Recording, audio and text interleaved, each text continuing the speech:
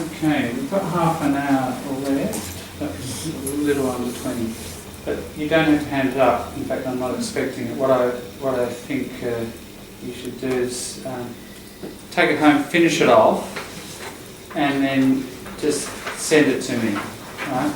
As a little attachment. Best probably through Facebook Messenger. You know how you can attach something, send it that way. If you don't know how to use it, send it to me via email. But I tend to get things quicker and probably like you, I check my Facebook more than email. So, and don't forget, underline or bold or do something to indicate which bit is a structure that's lifted. Here's a little collocation that is lifted from the text. Yeah, so, I mean, it's taken us a little while now, a few lessons. What are we? Lesson 5, aren't we? But what I'm trying to demonstrate is this process of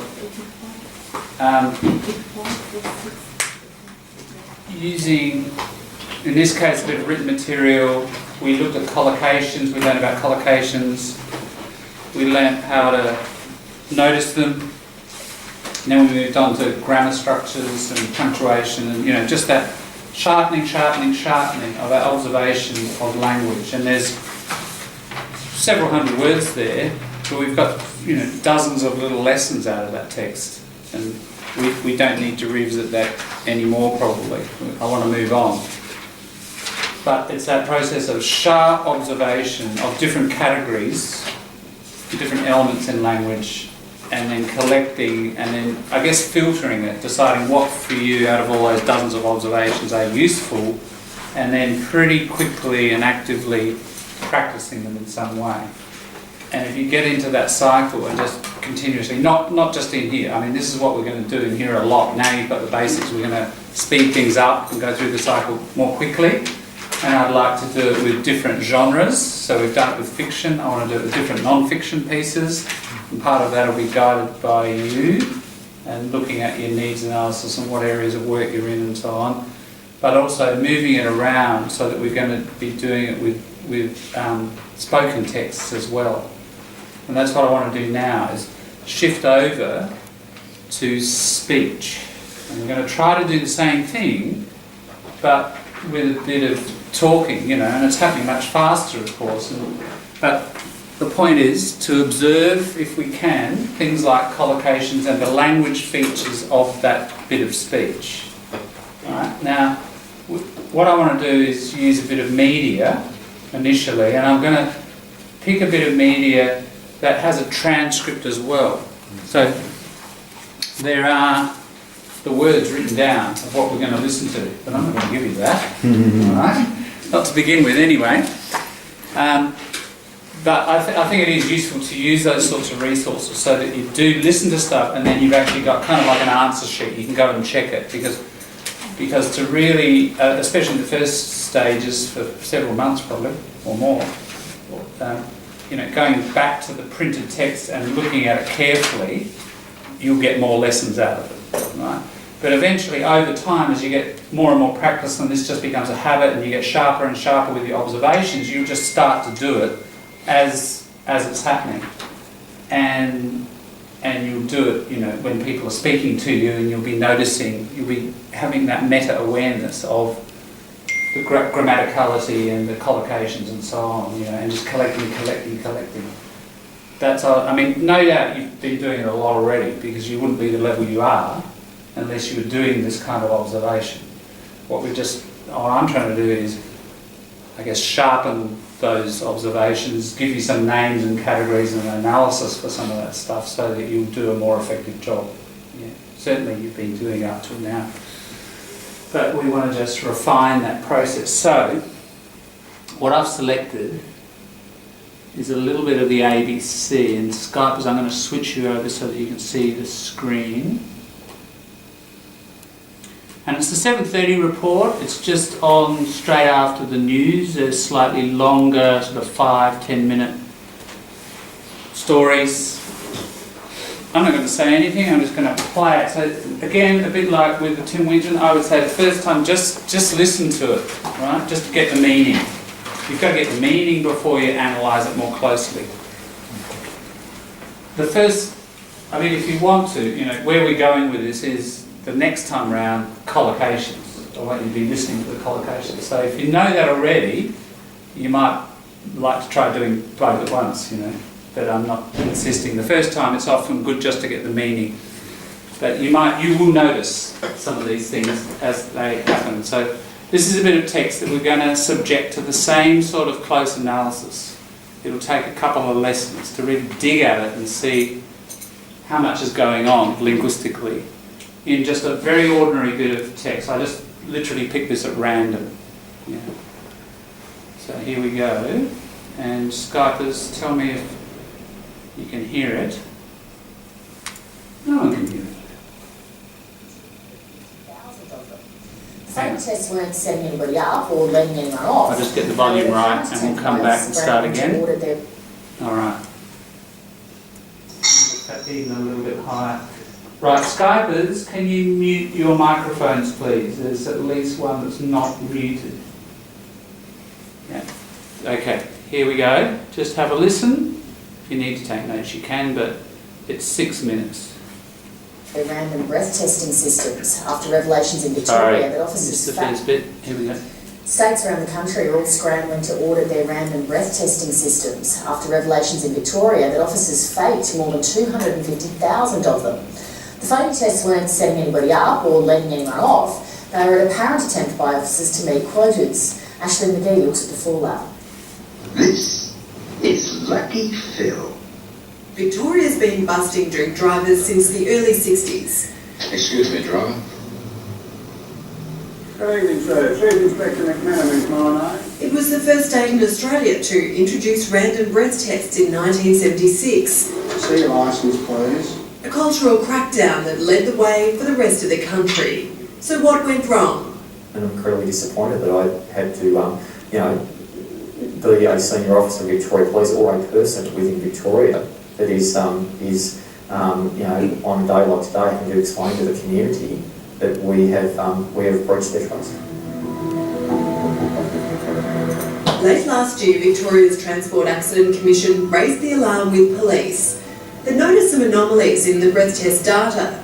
Victoria Police launched a massive audit, combing 5.5 years' worth of breath tests, which confirmed the suspicions were correct. I was incredibly disappointed, amazed. Nearly 260,000 tests had been falsified, and it's a statewide problem. Nowhere is immune from the fraud. Right now, do one test. I'll then press next. I can just keep going on if you really wanted to. This is how police are suspected of duping the system.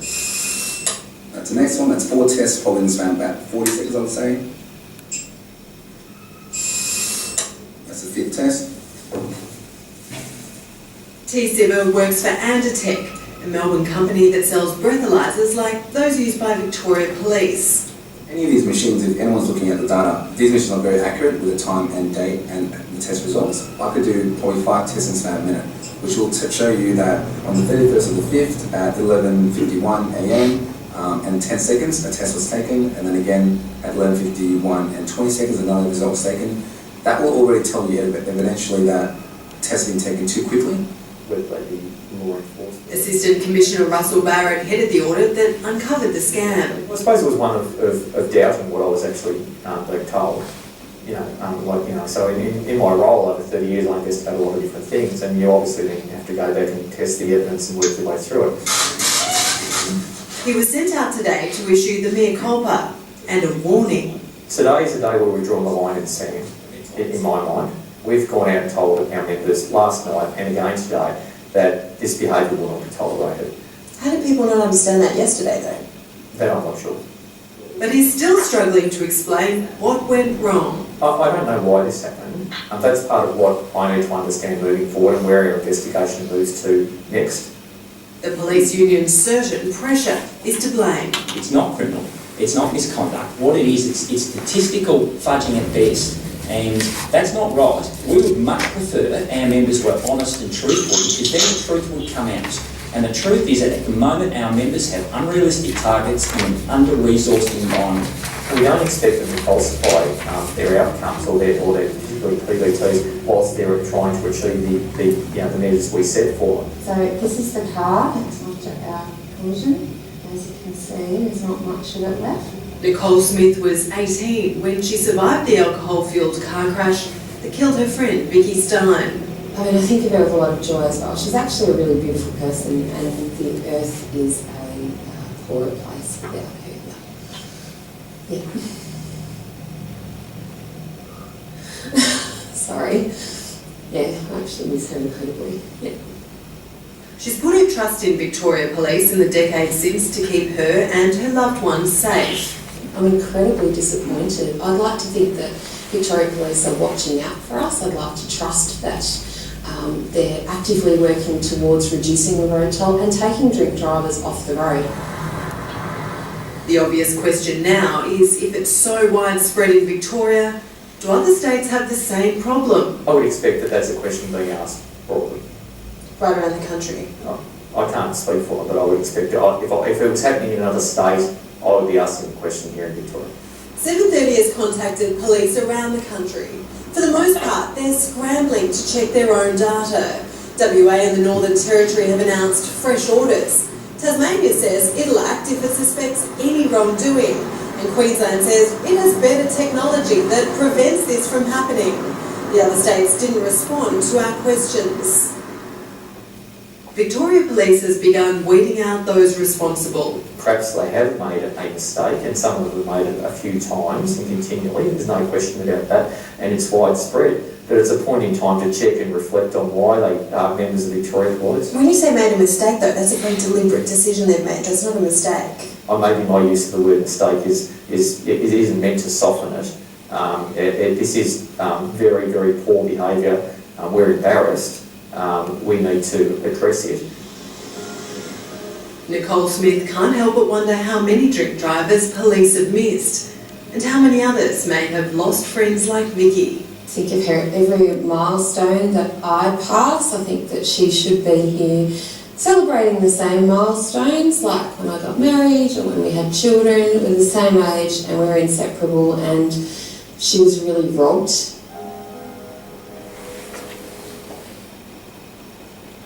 There we are, that's it. Skypers, you're all here, good. Alright, there was a little Skype thing jumping up and down, I'm not sure. No problems with the Skype?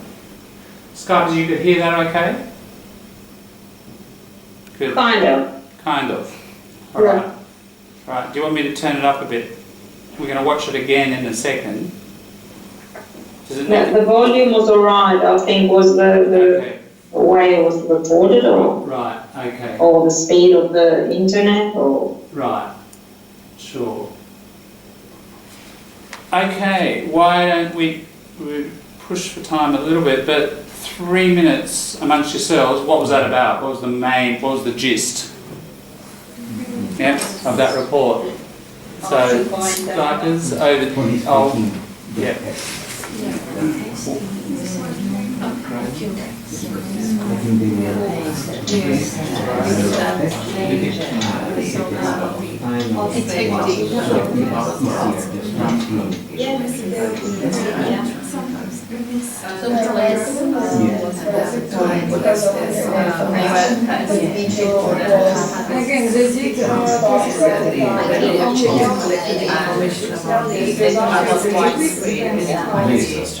In my company, Palestinian response. Other states didn't respond. Some of them said they have better system. The main point in If there is an and what was the problem? they found out that they Clear enough? What happened? What's the key? Clear enough overall before we go. People driving which actually put the risk and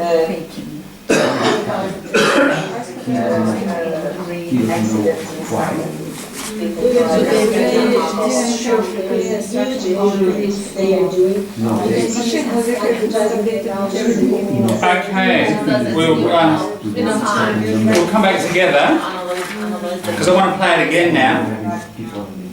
I'm gonna now play it again. I'm getting the sense from the discussion people are pretty understanding what it's about. Maybe not every tiny detail, that doesn't matter. So play a text. So what I'm suggesting to you is, out there in your own time, play a text like this. Get the meaning first. Just listen to it. But second time round, now we're going to put on our collocation hat. All right, pen in hand. This is the exercise. As it plays and you hear collocations, right, or even interesting grammar structures or whatever, interesting language of any kind. Most of it will probably be collocations, but there might be other things. Try and write them down. All right. So I'll play it again. And what we're now doing, of course, is we're being meta-aware, aren't we? We're not just listening to it, we're thinking of ourselves listening to it or thinking of the language itself. So this is about the meta-awareness stuff that I was talking about in the first lesson. So here we go. Try to write down the collocations as they emerge. Sorry. I'll take you back. I'll just get the volume up to... more than 250,000 of them. The phony tests weren't setting anybody up or letting anyone off. They were an apparent attempt by a country all scrambling to audit their random breath testing systems. States around the country are all scrambling to audit their random breath testing systems after revelations in Victoria that officers faked more than 250,000 of them. The phony tests weren't setting anybody up or letting anyone off. They were an apparent attempt by officers to meet quotas. Ashley McGee looks at the fallout. This is Lucky Phil. Victoria's been busting drink drivers since the early 60s. Excuse me, driver. Hang on, sorry. Skype, somebody's got a mic on. Can you mute your mic, please? The sound's coming through. Yeah. Good evening, sir. Chief Inspector McManaman, tomorrow night. It was the first state in Australia to introduce random breath tests in 1976. See your licence, please. A cultural crackdown that led the way for the rest of the country. So what went wrong? And I'm incredibly disappointed that I had to, the senior officer of Victoria Police or a person within Victoria that is on a day like today having to explain to the community that we have breached their trust. Late last year, Victoria's Transport Accident Commission raised the alarm with police. They noticed some anomalies in the breath test data. Victoria Police launched a massive audit, combing 5.5 years' worth of breath tests, which confirmed the suspicions were correct. I was incredibly disappointed, amazed. Nearly 260,000 tests had been falsified, and it's a statewide problem. Nowhere is immune from the fraud. Right now, I'll do one test.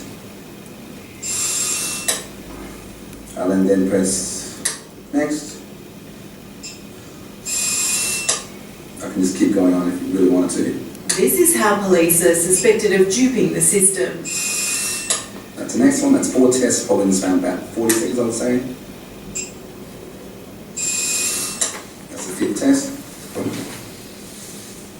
T-Siver works for Andertech, a Melbourne company that sells breathalyzers like those used by Victoria Police. Any of these machines, if anyone's looking at the data, these machines are very accurate with the time and date and the test results. I could do 45 tests in a span minute, which will show you that on the 31st of the 5th at 11:51 a.m, and 10 seconds, a test was taken, and then again at 11:51 and 20 seconds, another result was taken. That will already tell you evidentially that tests have been taken too quickly.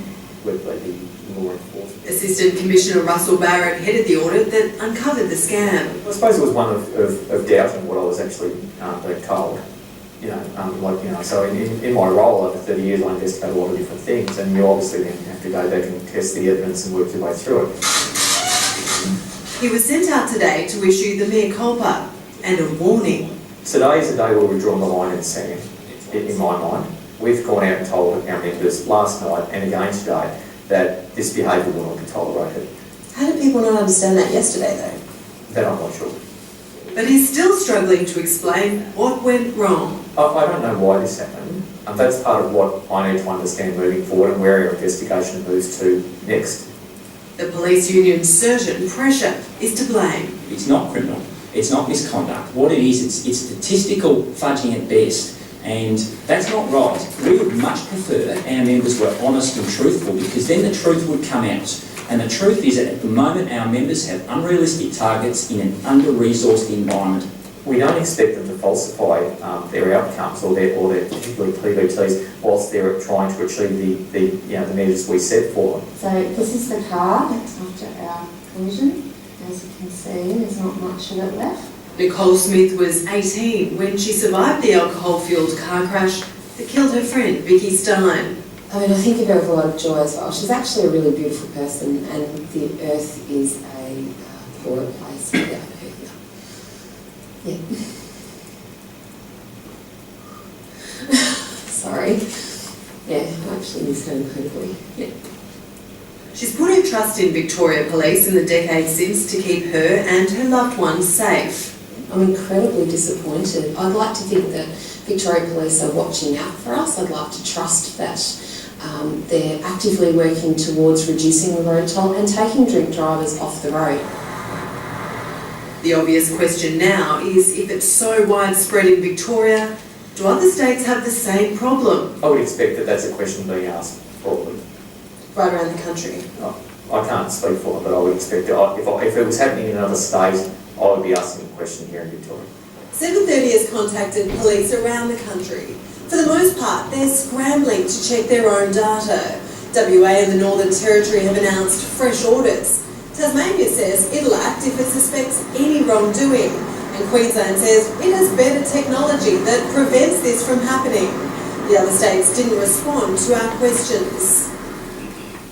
Victoria Police has begun weeding out those responsible. Perhaps they have made a mistake, and some of them have made it a few times and continually. There's no question about that, and it's widespread. But it's a point in time to check and reflect on why they are members of Victoria Police. When you say made a mistake, though, that's a very deliberate decision they've made. That's not a mistake. Maybe my use of the word mistake isn't meant to soften it. This is very, very poor behaviour. We're embarrassed. We need to address it. Nicole Smith can't help but wonder how many drink drivers police have missed, and how many others may have lost friends like Vicky. Think of her every milestone that I pass. I think that she should be here celebrating the same milestones, like when I got married or when we had children. We're the same age and we're inseparable, and she was really robbed.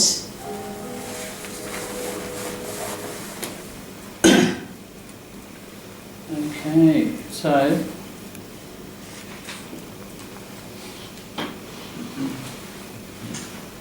Skypers,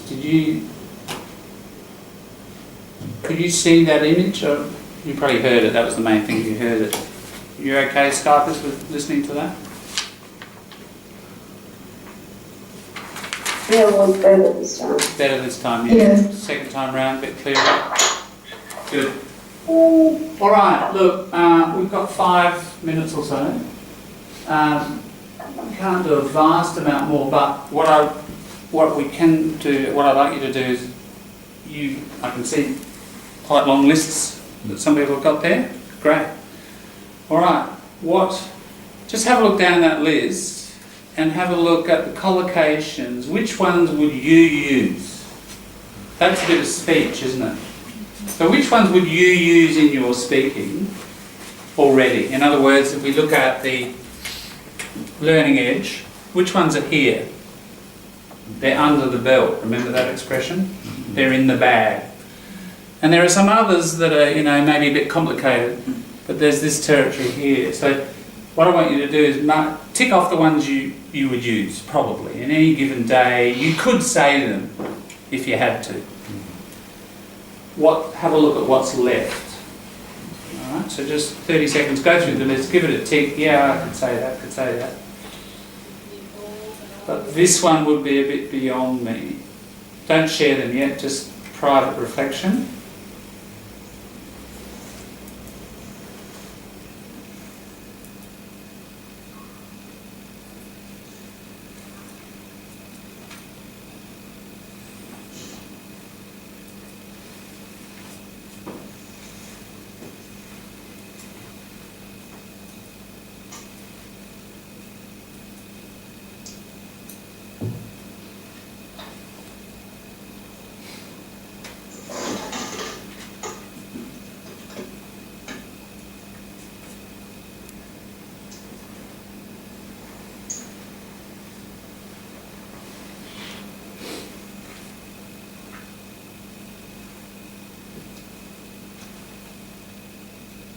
Okay, so the ones that you've ticked, let's just leave them to one side, all right? They're already under control. It's good to keep using them, of course, and consolidating them.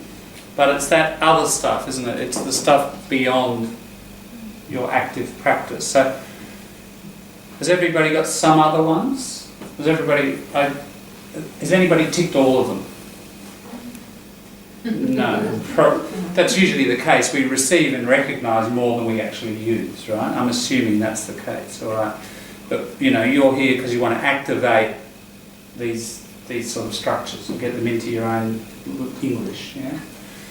All right, so if you look at what remains, which one or two or three of those look useful to you? Some might be about police work, you know, and breathalyzers, and I don't think we've got any police people here, so not especially useful. But there might be other, transferable or useful collocations there. Have a look at what remains. What one or two or three? Put a circle around them or mark them. That are ones you think, right, I'd like to have that in my active vocabulary.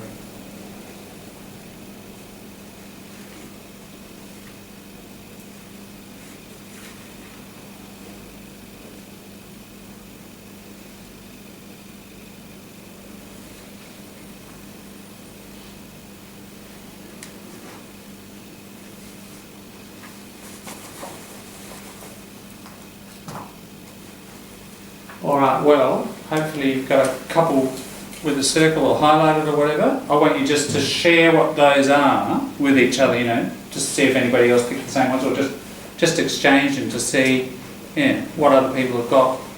Communicate what you have, all right? Just a couple of minutes having a chat about what you collected.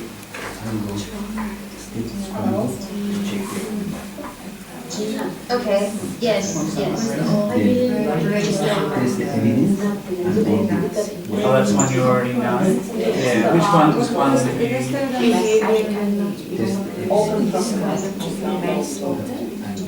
What's that one? Yeah, because Right, yes. Right, you don't often use it. Yeah.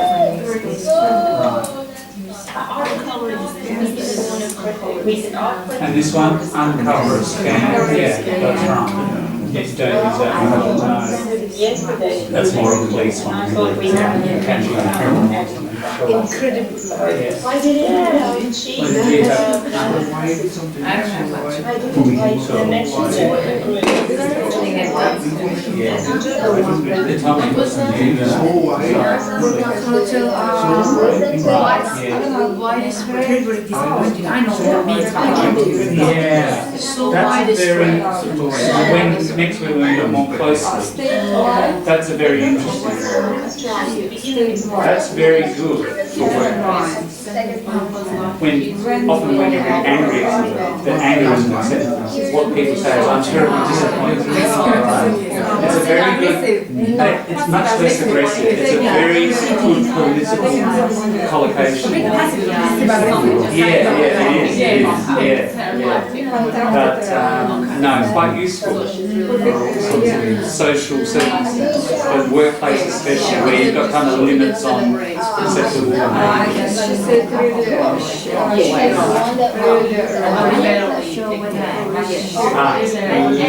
It's not lend, but let someone off.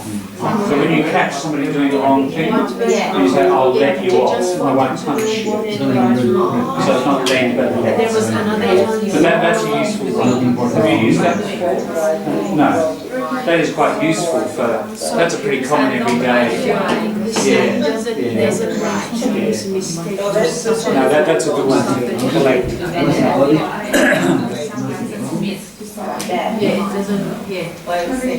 Which one?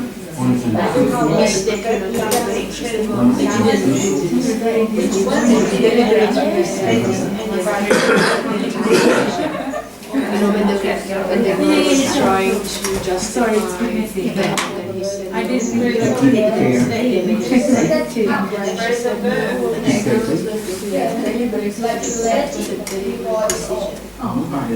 And then she said, yes, I'm taking anybody out of this, anybody else. To stop it, we are embarrassed, but we didn't want this. I do use, I didn't want this because I work in the industry and I actually use the robots. So the ears is raised without like tuning skills. There was a few things that I could. The ears is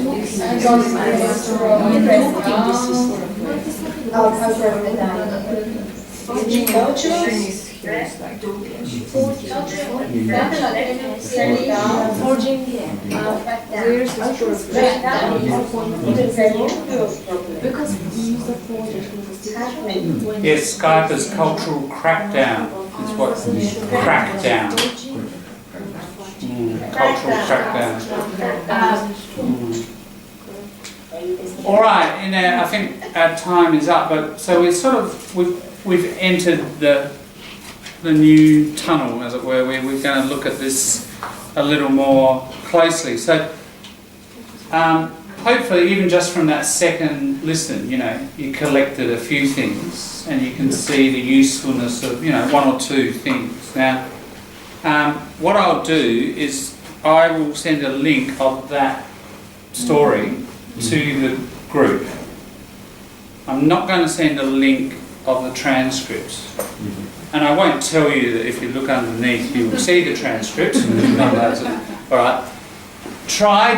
What I'd like you to do is, you can see that each time you listen, you're going to dig up more collocations, aren't you? So over the week, if you can listen 2, 3, 4 times to that, and I think each time you'll collect another bunch of collocations. Don't look at the transcript.